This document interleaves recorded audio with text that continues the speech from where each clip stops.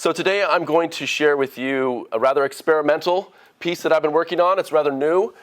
Hopefully it's going to be compelling and challenge your understanding of how we conceptualize life and that interface between life and non-life, and how we all as media studies scholars have a purchase into understanding this most fundamental fact of life, which is mediation. How do we translate, or what translates from life to non-life and life to non-life? It's a very broad philosophical issue, and I think that the work that some of the Aboriginal and Torres Strait Islander peoples that I've been working with, and also what NASA is doing in different satellite systems, helps us understand what life is on this planet and what life can be on other planets, and how information and media studies gives us an aperture into understanding these fundamental facts of life on this planet and in the universe more broadly. But like I said, this is a pretty experimental piece, and I'm a filmmaker ultimately, and I'm trying to push the bounds of how we present our data. And so this is a kind of prototype or an experiment in presenting information to you. So this is a kind of dry run of a documentary that I'd like to make.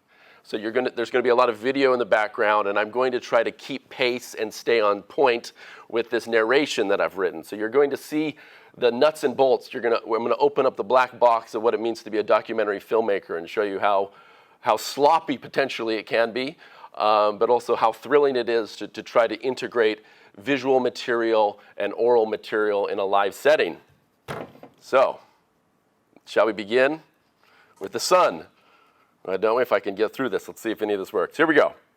So like I said, I want to return to basics here. Gosh, this is going to work like that. Okay, there we go. There's going to be this cool audio track in the background going. So let's just kick back and just try to enjoy and see if we can get something out of this experimental format. So really, I'm into mediation. Like mediation, that is what we do as media studies scholars. And I think we maybe forget the fact that mediation is something that scientists do, that physicists do. The people that are interested in heat and information and materiality, we are all really interested in translation, how things move and transduce and transform throughout the course of their existence. Okay, this is all about mediation. And some of the fundamental mediations on this planet include, for instance, heat. We're all really concerned about heat, aren't we? What does heat mediate? Well, heat mediates temperature gradients. Really, there's just a difference of temperatures, and we experience that transformation of different heats as a mediation of difference. Energy is another thing that is mediated. And what is mediated through energy is a difference of force. Okay, data.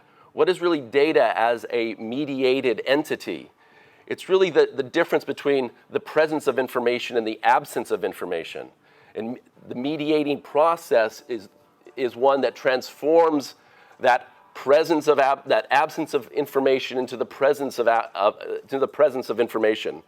So really, when we're talking about some of the fundamental forces in this planet and off this planet, energy, heat, materiality, information, data, we're really talking about a mediation from the lack of presence to presence, from the entropy to negative entropy, okay? From chaos to order. And I think that we as anthropologists, media studies scholars, we have a particular skill set in understanding these ultimate processes that are happening on this planet. But we need to develop a theoretical toolkit to understand, then broaden our notion of what mediation is. So let's just think about the sun for a second, right? It provides what does the sun mediate? The sun mediates heat. It mediates energy. It mediates matter because it allows life to exist on this planet. It also mediates information, doesn't it? The sun gives us information about where is up, where is down, when is day, when is night. So we can think of the sun as a medium. And we can think of the thermodynamic flows as conceptualizations of mediation between the universe and the solar system. The sun is a mediator between the sun itself and the earth. The sun mediates humans and more than humans, because we perceive through our sensing technologies what the sun's emanations. Okay, so media studies is the study of these flows.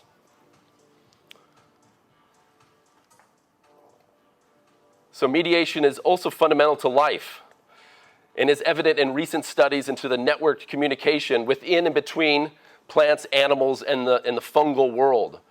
Has anybody heard of this research into the wood wide web instead of the world wide web? Okay, so recent research has shown that fungi, mycorrhizal networks actually mediate the communication between trees in a forest. Information that trees need in order to survive. So we get a symbiotic relationship in this forest ecology by which the fungus is helping these trees understand when there's predation, when there's going to be a transition into a different mineral basis that's going to help these trees survive. So we could think of this is the kind of internet of the forest, a wood wide web. And of course, it's not just trees that communicate. As we know, whales, octopuses, octopi, primates, magpies, they all use different media, sound, light, material, and chemistry to communicate. Even our hominid brothers and sisters, the Neanderthals, different species, they also communicated. So mediation is not the exclusive domain of human beings. Fungus, plants, animals, they all mediate as well.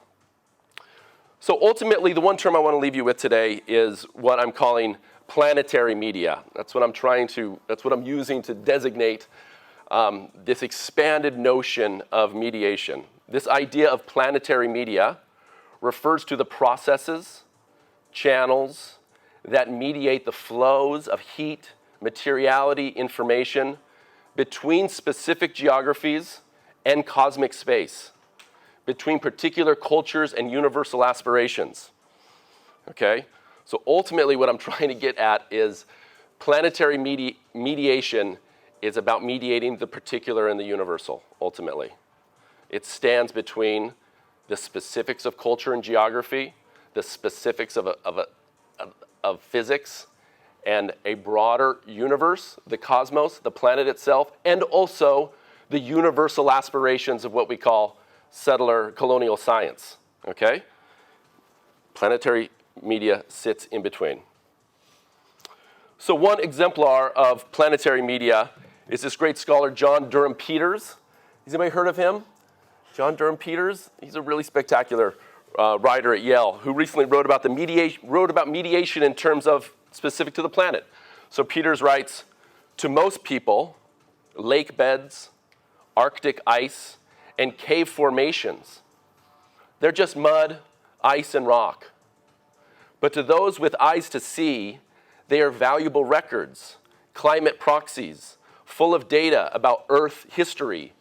Media are positional, okay?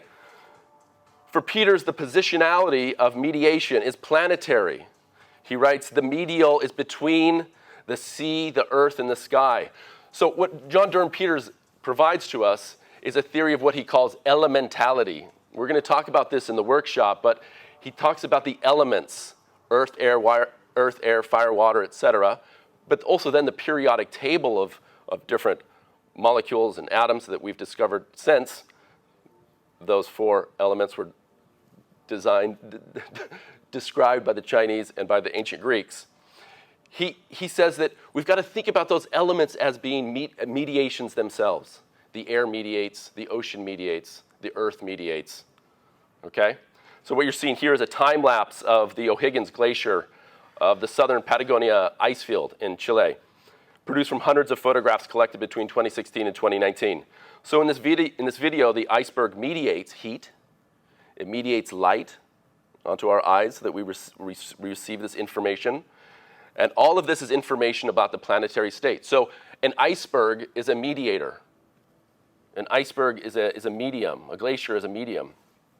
Another great scholar, that I'm inspired by in coming up with this idea of planetary mediation is the work by Nicole Starzolski, who writes about environments and media as being interchangeable.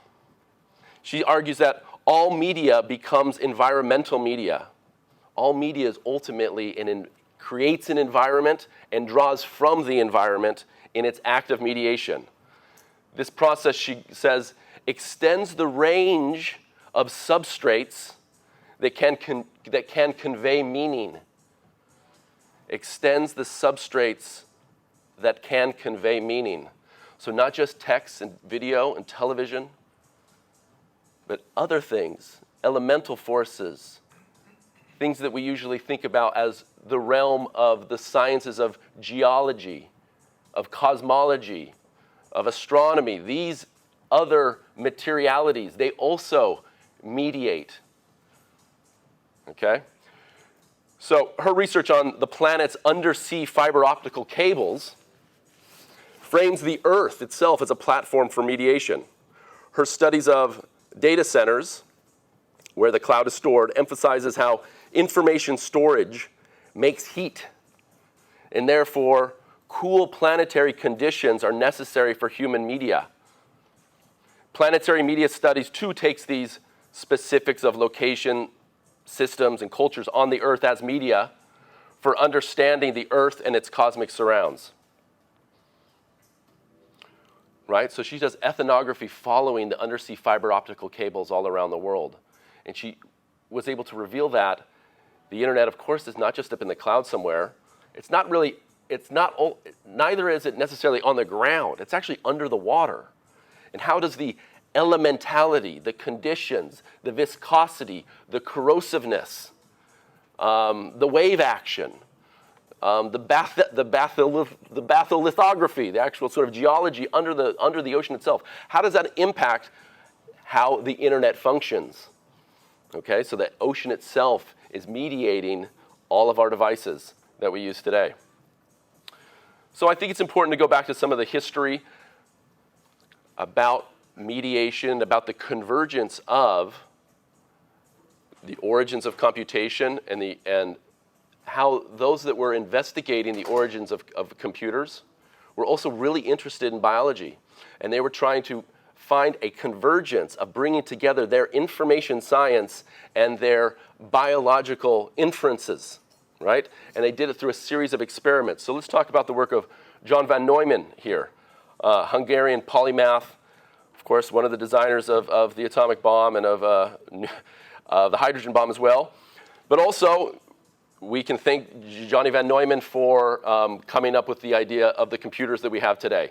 The idea of a hardware, software, and a software program that runs the computer. We can thank him for inventing this system. His wife, Clara, was one of the first computers.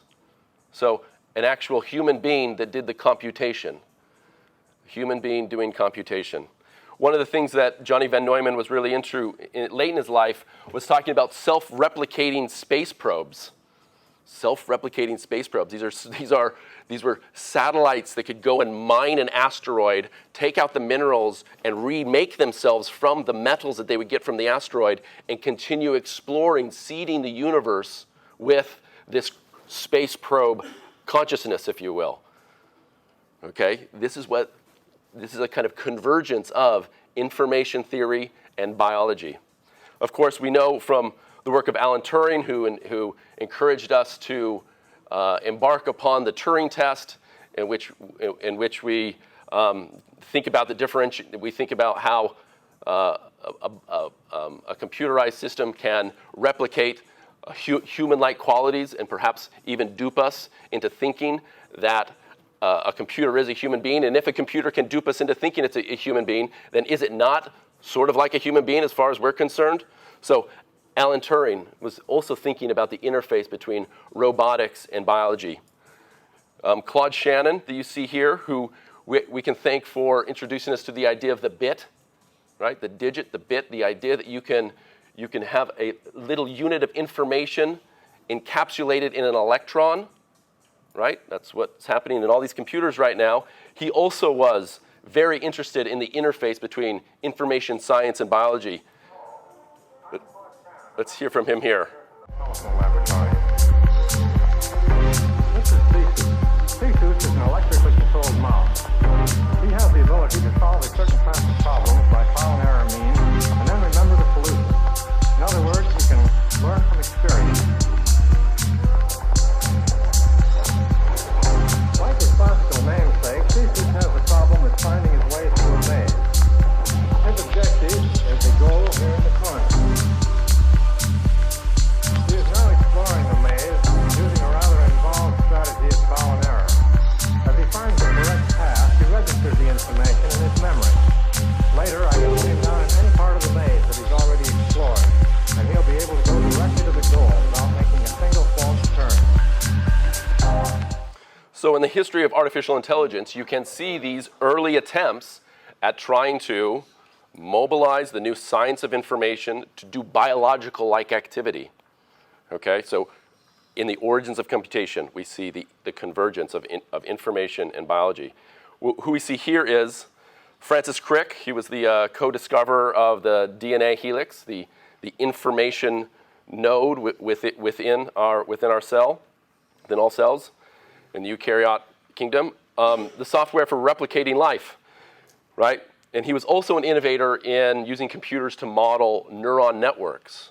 So he got really into consciousness and the human brain later in his life, and he said, well, maybe we can use the computers that von Neumann, and Shannon, and Turing, and others had developed into modeling the brain to see if we can identify consciousness in the brain. So again, bringing together information thinking and biological thinking. He got really crazy late in his life, and he developed this idea of panspermia. So everyone was wondering, where did life come from on planet Earth? Did it come out of geothermal vents?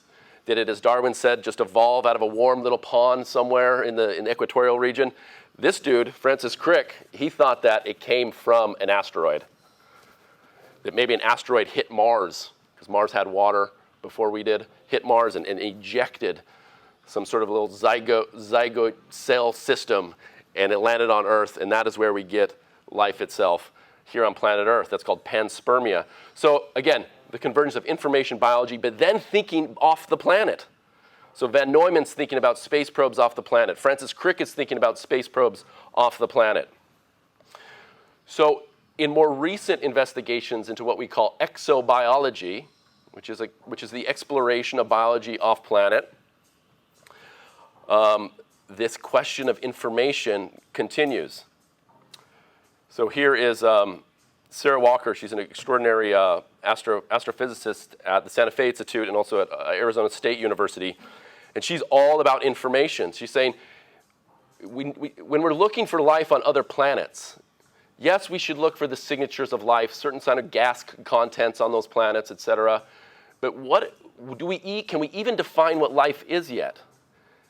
Can we even sensibly claim how we went from non-life to life? And she thinks that information is key to that transition, how information is able to order matter. We really don't understand how information operates in the physical world, and if we understood the laws of information, they would really be the laws of life.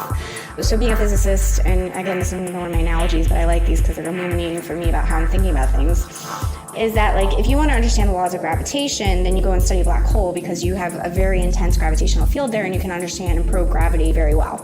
If you want to understand the laws of information and how information operates in the physical world, then you should go and study a living thing because that's where information actually has its most it's like densest or most intense. And so I think the origin of life process is really this transition where you have systems where information is not really a prominent part of the physics of those systems to ones where it really is. And so we really have to understand how is it that information actually starts to gain control over the dynamics of the system.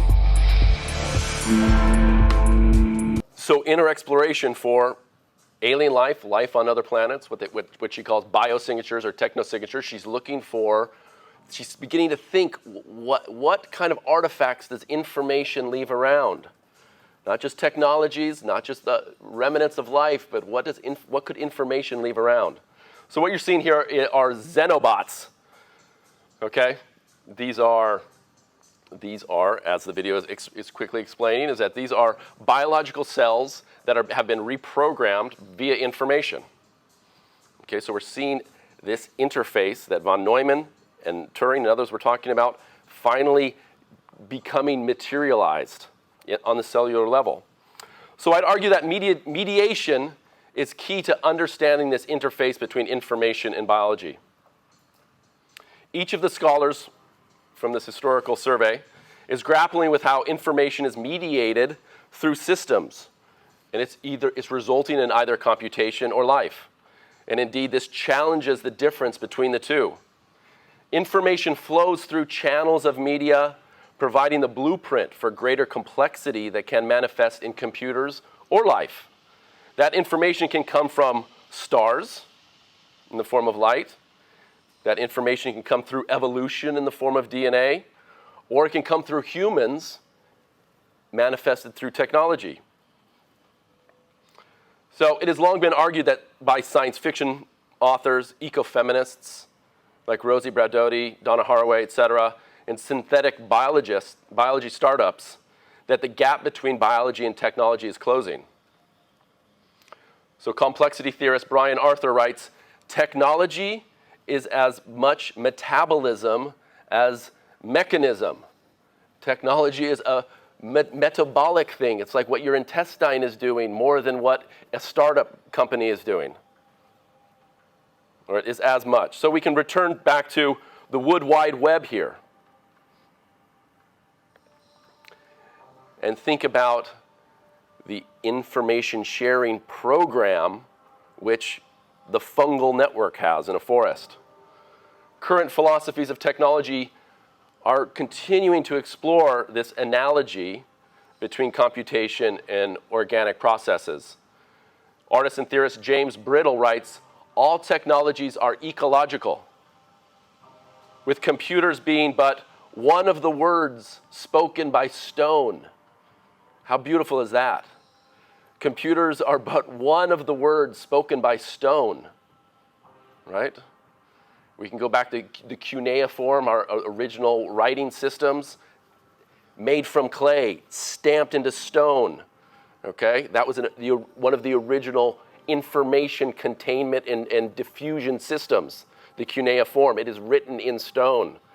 The internet and your computers also continue to be written in the minerality of stone and metals. Philosopher of technology Justin Smith agrees. He writes, the ecology of the internet is only one more recent layer of the ecology of the planet. He writes that the mind might, in the end, be a sort of computer, right? So this is what the old timers were doing. Von Neumann and Turing and Shannon, they were trying to say, well, maybe the mind is kind of a computer. But then Smith says, the mind might be a sort of computer. But then he says, but then again, computers might be a sort of plant. So maybe the metaphor is the plant instead of the computer that we're looking for. So in my opinion, what is really occurring here is not the convergence of computers and nature, the internet and fungal networks. It's not just a metaphor that information science and biology shares. I would say that all these things have always been interwoven. They've always been co-created. What we are seeing are parallel pursuits of increasingly refined understandings of mediation. Both the information science and biology, they're both trying to understand processes of mediation, of translation, of transduction, of transformation. What stands between these processes, what stands between the particular and the universal, ultimately are heat, information, energy, materiality itself. Mediation happens regardless of the substrate, regardless of what we're looking at as being channeled or processed or translated. It's a process of mediation. So media studies, thus, is in a premier position to contribute to these fundamental and timely discussions, ranging from the artificiality of computational intelligence to the sentience of species and ecologies with which we cohabitate on this planet. So I'm basically calling this process and the investigation of this process planetary media studies. So from the early responses to the launch of Sputnik in 1957, as you see here, to the first images of Earth from space, media studies that takes the Earth and its flows as its focus have been integral to the discipline. For Marshall McLuhan, the launch of Sputnik created a new environment for the planet, transforming it into a work of art. You know, his thinking, a little dated, it's a product of his time, but these early examples of planetary media studies were normative, to say the least, right? That is, they argued for general principles of mediation and spoke of humans in universal terms, right? This is something that those of us that are inspired by cultural studies, anthropology, sociology, et cetera, we're not supposed to talk about people in normative and universal terms. We're supposed to get into the particularities of culture. Contemporary planetary studies is more particular, so I'm going to try to do both here. I want to always keep in sight the universal, the cosmic, the normative, if you will, while being grounded in the particular. So studies of the global undersea networks, the distribution of data centers, the flow of e-waste, these all have both a very localized impact and a very planetary impact. So those are examples that I think that we should look at as we develop a planetary media studies. So like I said, by particular, I refer to the local, the domestic, the specific, the relative, as a spatial and material metaphor. The particular, in this case that I'm going to show you here in a second, is represented by the cultural specificity of this Aboriginal and Torres Strait Islander satellite system. By universal, right, the satellite system is going to be trying to mediate something more normative, universal, and cosmic. So let's get into the example here. So let's look at an example of the mediation of the particular in the universal. What you're seeing here is the construction of this satellite dish in central Australia, in the land of the Arrarenti. It's near Alice Springs, if you've ever been into our outback. So I like to think of this as a very good example that illustrates what I'm talking about planetary media. So it's being built by something called the Center for Appropriate Technology. This is this remarkable developmental technology not-for-profit that for the last 50 years has been, instead of implementing this kind of World Bank developmental model on Aboriginal and Torres Strait Islander peoples, they are actually from those communities. So they would go into communities and do ethnography to find out exactly what these people needed, right? And then work and build technologies from the grassroots up. In 2020, they got into the satellite business because they have a very, very clear sky with very little noise and light, and a wonderful southern hemispherical view on the Milky Way and other aspects of our galaxy. So what you're seeing is a video of the installation here. And so they developed this asset in partnership with Viasat. This is an American-based communication company. And this company, Viasat, really taps into this satellite in order to give their clients all around the world, information from satellites. So it's a downlink feed from a satellite is what this does. And so anybody in the energy, environmental, logistics, government sectors wanting to access information from various satellites in geostationary orbit, et cetera, can tap in order to get information about the world below them. And yet, despite that universal and maybe a little bit terrifying or ominous application of this satellite dish, I'd like to argue, along with my colleague you just saw there, Ararat Man and CEO of the Center for Appropriate Technology, Peter Renahan, that this Earth station is cemented in indigenous culture, history, economics, and place. But as you can imagine, from the perspective of most indigenous studies, the scientific conceptualization of the planet and any actual or idealized cosmopolitanism can be dismissed as normative, universalizing, totalizing, reductive. Most indigenous people interfacing with the space industry are rather concerned about the despoiling of sacred sites, the exploitation of their lands, etc. The space industry in particular is characterized as colonialistic, as colonialism into the new frontier of outer space, right? One that demands a recolonization of terrestrial space. Like other industrial developments on indigenous land, particularly those with military connections, the space industry can perpetuate settler-colonial relations. So indicative of this skeptical approach is DeAndre Smiles, a citizen of the Leech Lake Band of Ojibwa, who is critical of the 30-meter telescope, which you see here, which is on Mauna Kea, about 13,000 feet up on the Big Island of Hawaii. This is going to be one of the most incredible telescopes, the largest telescope human beings have ever seen. We can see exoplanets orbiting around stars with this remarkable telescope. But it's very fiercely opposed by Native Hawaiians. They've been protesting against this system for quite a while, and you're seeing some of their protests here.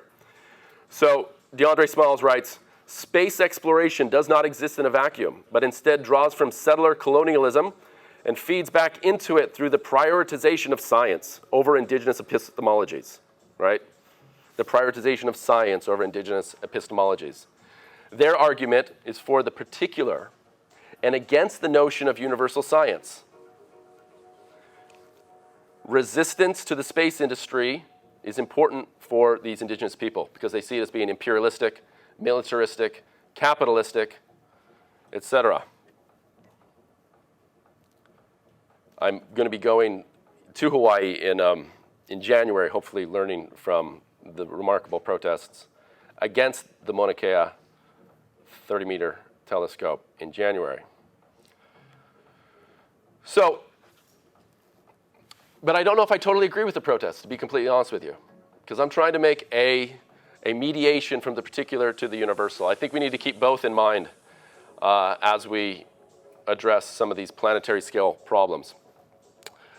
So I'd like to offer planetary media studies as a different approach to decolonialization. The Indigenous Earth Station, sitting between the indigenous culture and settler state science, sitting between Aboriginal entrepreneurialism and space-based capitalism.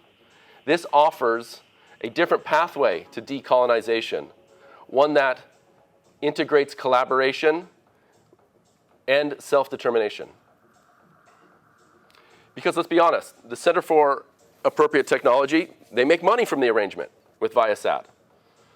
But the data the dish collects is not available for the use by the Aboriginal and Torres Strait Islander peoples. They offer access to a dish on their land for a fee.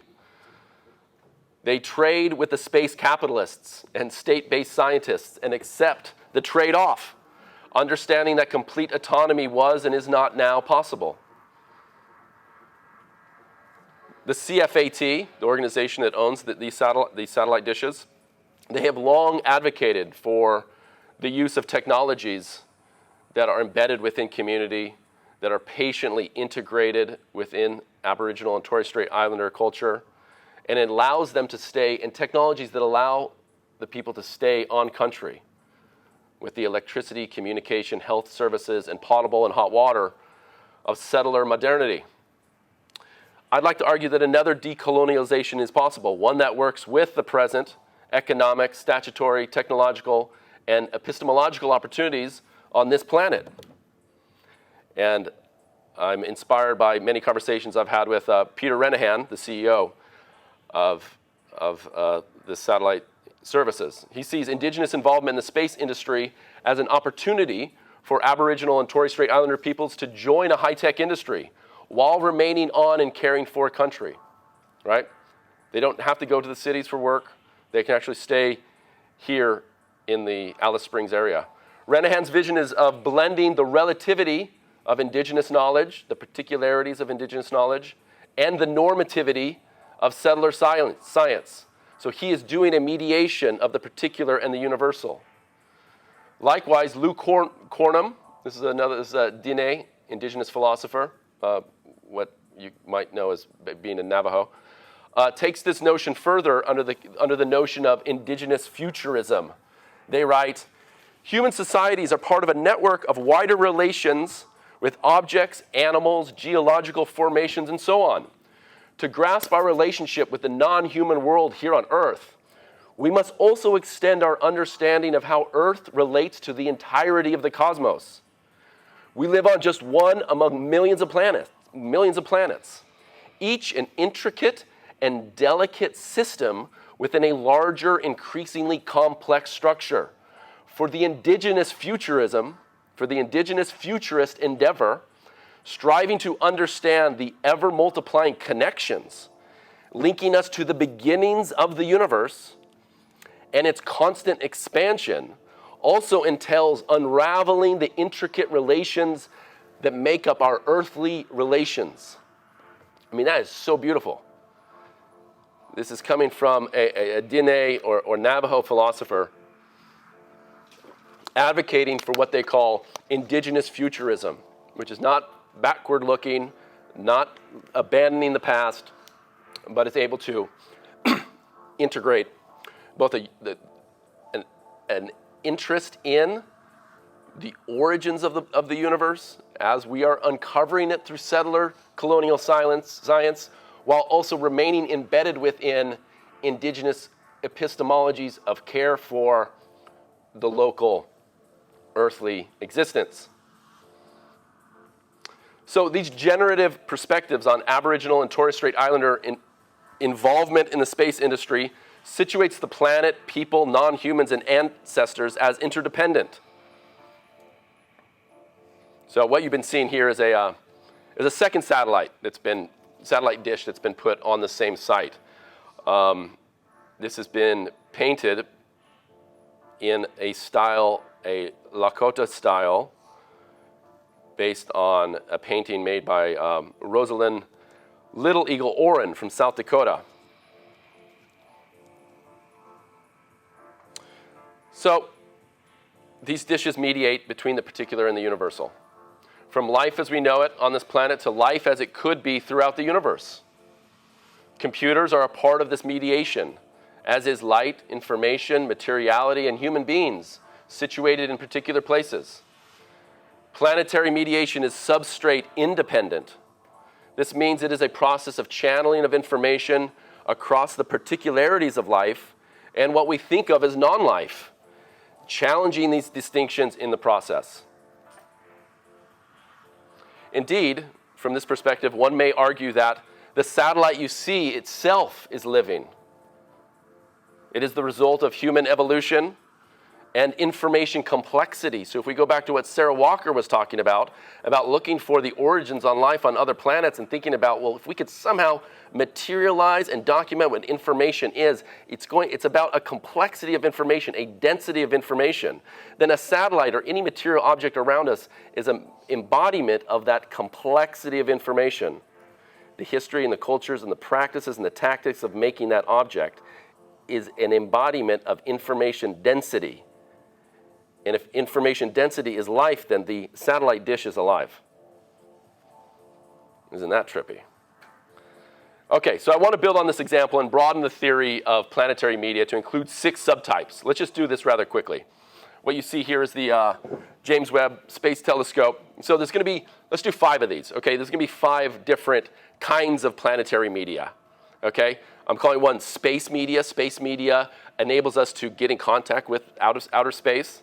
Wave media is communication via the electromagnetic spectrum. Mineral media is the raw materials to manufacture media technologies. Thermal media, this is a cool one. Heat is like thinking about heat as a mediator, right? Heat that is corrosive, that transforms and decays our technological systems. And finally, earth media, the earth itself as a mediator. So let's go through these rather quickly. Space media, we can think about, so space media includes those technologies, techniques, and ways of knowing and models of existence that bring humans into contact with outer space. So what we saw, James Webb Space Telescope would be an example of space media. These are the means by which humans and outer space are bound together. We can also think about space media in the terms that Finnish media studies scholar Jussi Parikka talks about media archaeology.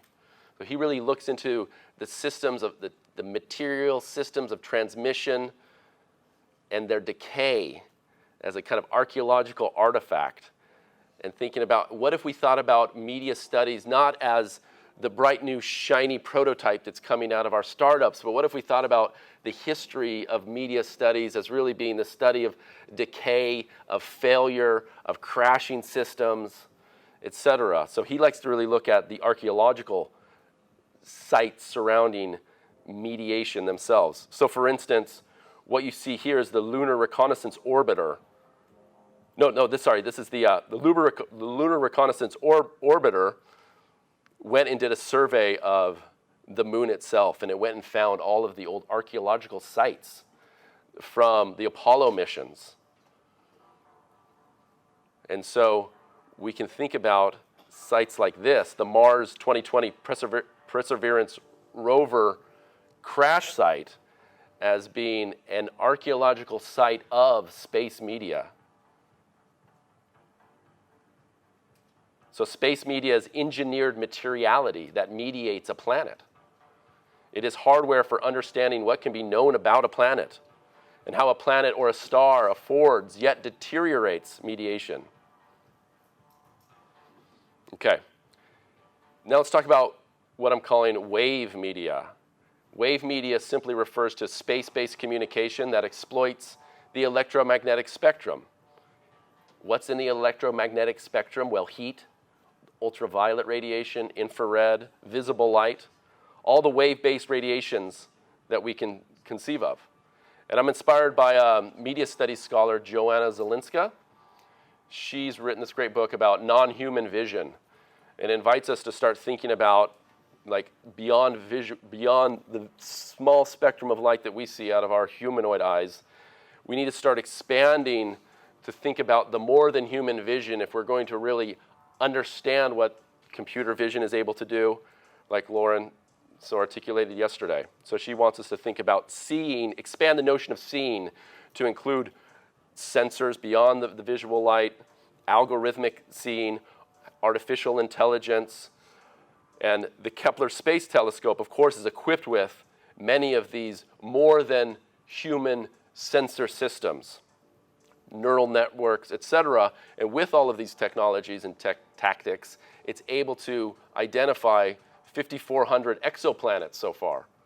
We're really undergoing a remarkable renaissance and in an era of enlightenment in cosmology right now, by which we're utilizing these technologies to identify exoplanets. Exoplanets are incredibly fascinating planets. We're finally seeing planets outside of our solar system. And our telescopes are getting so good that we're able to identify, we're trying to identify biosignatures, technosignatures on these very dark planets that are orbiting really far away stars. We found 5,400 of them so far. Okay, utilizing wave media, utilizing space media, etc. So let's talk about thermal media. Heat as a mediator. What you're seeing here is some really shitty drone photography I took in 2007 of a data center in Iceland. This was our first attempt at using drones to visualize the materiality of the internet. We're going to be talking about that in the workshop. And so data centers have been migrating to the poles, particularly in those countries that have polar access, such as Northern European countries, Norway, Finland, Sweden, Iceland. And so if we think about the migration of data centers that have the cloud and all of our information, everything we upload, the data center industry, if you step back from it and think about it as a palimpsest, as a layer on the earth, what we call the technosphere, these data centers are kind of migrating to the poles. And so the data center industry almost sees the earth itself as a mediator for their industrial practices, their capitalistic practices, but also their very essential services they provide. They're migrating to the poles because they need to have cool air. It's becoming more and more a commodity on this planet because computers are really, really hot. So if we want to keep the computers cool, we need to have cool air, or we need to have a gigantic carbon footprint in order to generate air conditioning, et cetera. So the data center industry really sees the Earth as a mediator. In their cold word course, their cold word migration to the poles. So mineral media studies scholar Sean Cubitt defines finite media. This is a great term, finite media. Cubitt defines this as being both media in short supply and media that depends upon an amount of energy that also is in rather short supply or has deleterious environmental impacts. He calls those kind of media finite media. The raw materials that constitute the satellites that we're discussing, the computers we have, iron, nickel, aluminum, titanium, carbon, copper, gold, silicon, plutonium, originate from both stellar formation and also Earth volcanism. The computers themselves are coming out of stars and coming out of volcanoes. These minerals are the result of fusion within stars, their explosion and distribution through supernovae, and the planetary-based subduction of plate tectonics. These are then mined and shipped via carbon fuels, formerly of the biosphere, now a strata of the lithosphere, to manufacturers via planetary scale supply chains. So mineral media, the extraction of minerals out of the earth to make the media that we utilize today, itself is planetary in scope. Not just planetary in terms of globalization, supply chains, but actually from the minerals distributed in the lithosphere of the earth itself. These images you see here are from a satellite called NASA's Aster satellite that can actually perceive the minerality of the earth below. Okay? So you can think about the satellite being made from the minerals, then it's looking for the minerals itself that it needs in order to be constituted and engineered. This should make us think about Johnny van Neumann's space probes back in the 1950s, self-replicating space probes. Okay, what is going on here? Okay, finally, Earth media. You've all seen this great image of the black hole, the supermassive black hole at the center of our galaxy. How was this made? Well, this was made by utilizing the Earth itself as a telescope. Let's see, this is not plain. Oh boy. Okay, so the Event Horizon Telescope, seen here is an array of 6 different telescopes, maximally distributed across the surface of the Earth. They're telescopes that are in South America, North America, Hawaii, Antarctica, Europe, etc. And they're distributed this way. Play, you thing. Oops.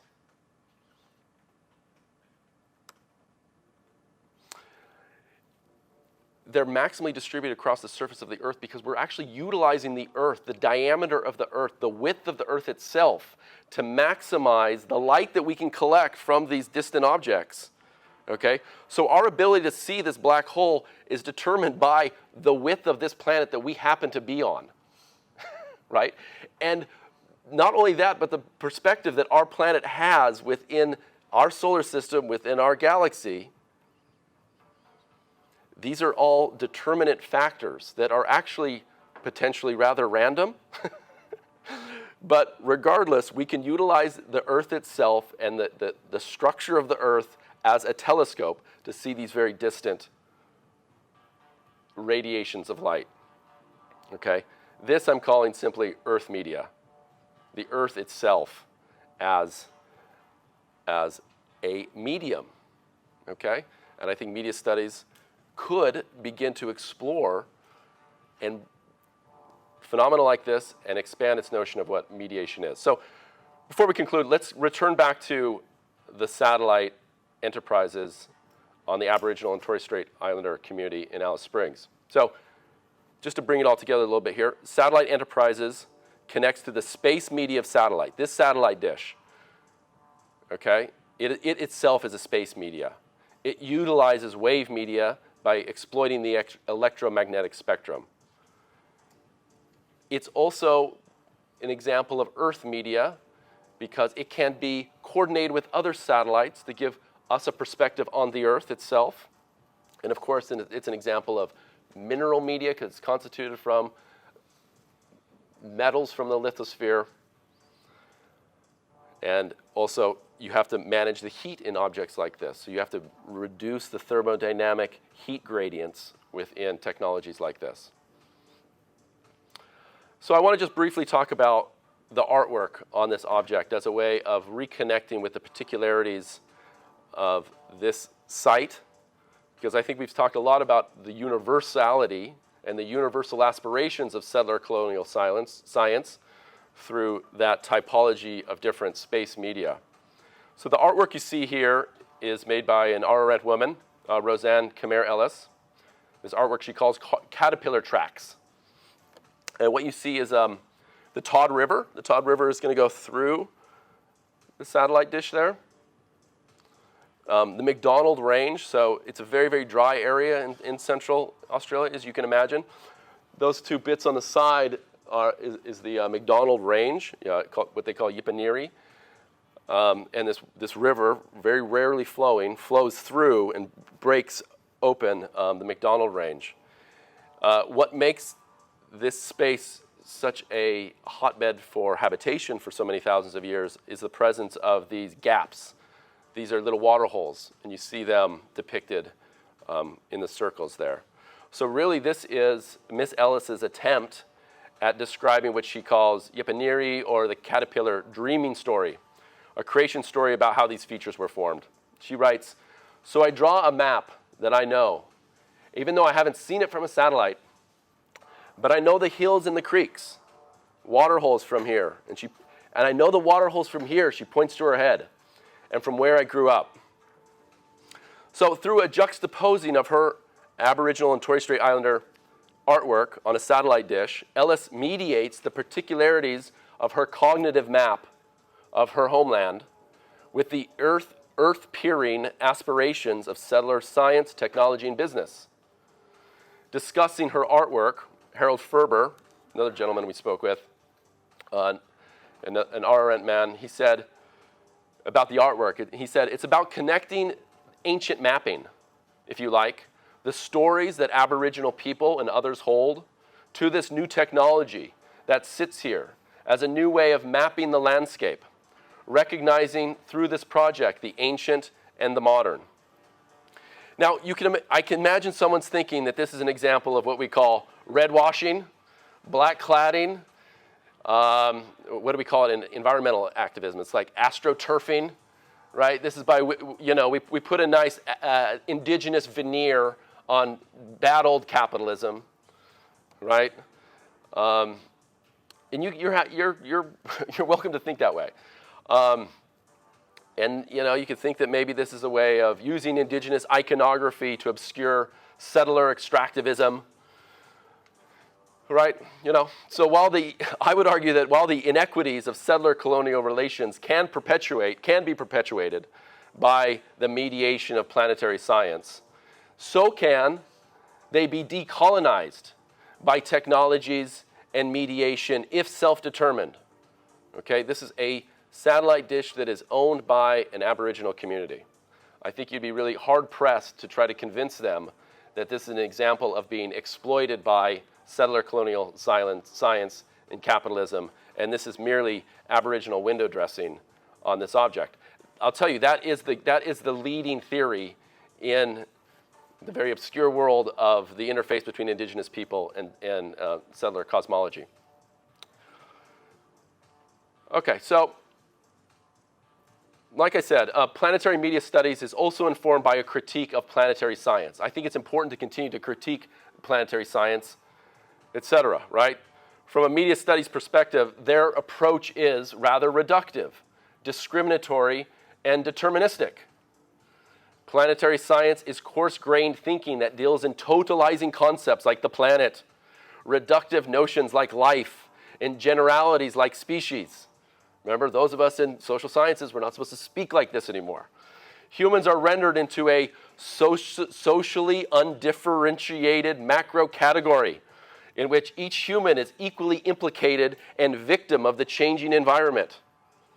Okay, this is the critique of the Anthropocene. People that say, we don't like this notion of the Anthropocene because it says everybody is in it together, when we know that what has resulted in the anthropocentric climate change is not really centered in all different people equally. It's centered in certain people in the industrialized and developed West. Okay? Those are all great points. Another problem is that planetary science advocates for planetary computation. How terrifying and ominous does that sound? They say that we need to develop a planetary intelligence, and we need to bring forth the emergence of a mature technosphere. Okay. On the one hand, I have empathy with you if you think that it sounds rather worrying, like the surveillance state, Big Brother, writ large across the entire planet. Thus, planetary science can be critiqued for its totalizing narrative of computational managerialism. It can be critiqued for thinking about the control outside of our planet, maybe what we could call cosmic bio-governmentality. Lastly, leading planetary scientists argue that humans lack agency. A lot of these planetary scientists, when we think about trying to manage the planet, the mature technosphere, they say, well, maybe human beings aren't even an agent in this whole process, right? They say that we humans, the internet, mobile phones, all the stuff that we make, these are merely components of a technosphere that transcends us, okay? The way that the biosphere transcends the lithosphere, the way that the lithosphere, the way that the lithosphere is really the result of the biosphere, right? The carbon in the lithosphere is really a result of the living organisms that were on this planet previously. Therefore, maybe the technosphere is really just incorporates the smaller components, aka the human beings in the biosphere and our technologies. And therefore, we don't have agency over that higher order magnitude. Okay? Planetary scientists Adam Frank and colleagues, they write against this. They say that mechanisms for self-management must themselves be collective and global in scale. A benevolent dictator would not constitute a planetary intelligence because the control is local. So he says that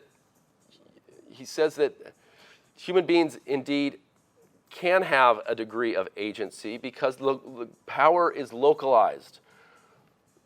Even though we aspire for planetary computation, that all has to happen on the local level. Another technology scholar, Chris Otter, says, some groups of humans manipulate the affordances of the technosphere to expand their own capacities at the expense of those of others. So the technosphere itself is not self-organizing. It's something that human beings do have agency in. I don't know what I think about it, frankly. We can talk about this potentially, and whether we think that we are mere components of a techno-evolutionary trajectory in which we don't have a lot of say in how these things are moving, or we can have a discussion about saying that no, we are agents, we can direct it. I would want to challenge you to providing an example by which human beings ever made a planetary scale transition based on agency as opposed to environmental determinants.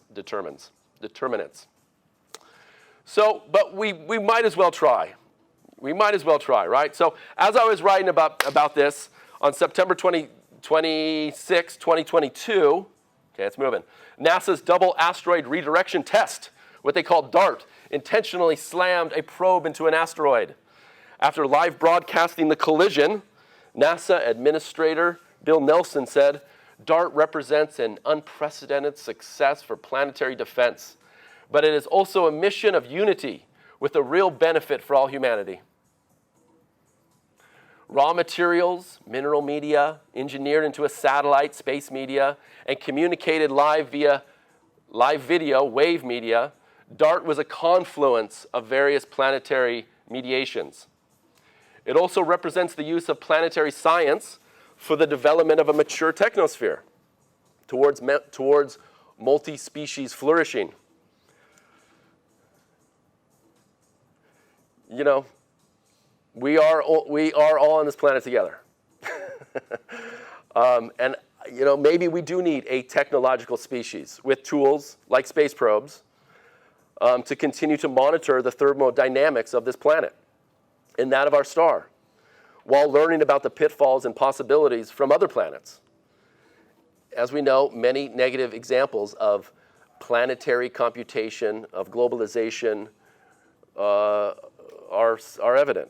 The Atlantic slave trade, the genocidal activities of the Columbia Exchange between North and South America and European colonists, the extractivism of globalization, the introduction of invasive species and rodents, the viral distribution of misinformation, disinformation, etc., malware. You know, these examples personify what I think the cosmologists might call an immature technosphere. I don't know if a mature technosphere is a possibility, but I think DART is a good example of an attempt towards it. So, in summation, planetary media studies develops a theory of mediation by converging environmental media studies, planetary science, indigenous knowledge. It situates the traditional concerns of media studies, which is media and communication, situates those within terms and practices of physics, cosmology, geology, and indigenous ontologies. Planetary media studies follows the thermodynamic flows of space media to the specifics of culture and place. The objective is to bridge the macro of the cosmic or the geomedia, the Earth itself as a media, and the micro approach of case-based science, technology, media, and indigenous studies. And really, I think that this is a good approach to take in anyone's research. I think our aspiration should be to try to mediate between the particular and the universal. For me, this means grounding media theory in the minerals, lands, and cultures of a planet, structuring media concepts by how they are influenced by the atmosphere and the lithosphere. It means understanding the limitations imposed on mediation by thermodynamics, by motion, the electromagnetic spectrum.